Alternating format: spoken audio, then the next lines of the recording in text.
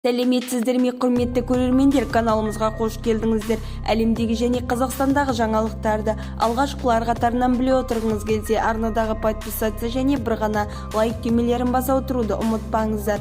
Ал ендеше бастадым. Белгілі жазушы журналист өмірден өтті. Жұмабай Шаштайұлы қазақ прозасына Аспан қора, шал мен жылқы, Құралайдың салқыны сияқты классикалық шығармаларды сыйлаған жазушы. Бірқатар басылымды бас редактор қызметін атқарған журналист Жұмабай Шаштайұлы қайтыс болды. Қаралы хабарды мәжіліс депутаты Жанарбек Әшімжан жеткізді. Қасиетті оразаның екінші күні қазақтың біртуар қаламгері асыл ағамыз Жұмабай Шаштайұлы жаратқанның құзырына қайтыпты. Бірнеше буынға ұстаз болған, адал һәм тап-таза қалпына айнымай, соңынан бір ауыз бөтен сөз ілестірмеген Жұмаға туралы айтар жақсы әңгіме көп. Жақсылар шетінен кетіп жатыр деді. Бізді тамашалауда жалғастырыңыздар. Сау саламатта болыңыздар.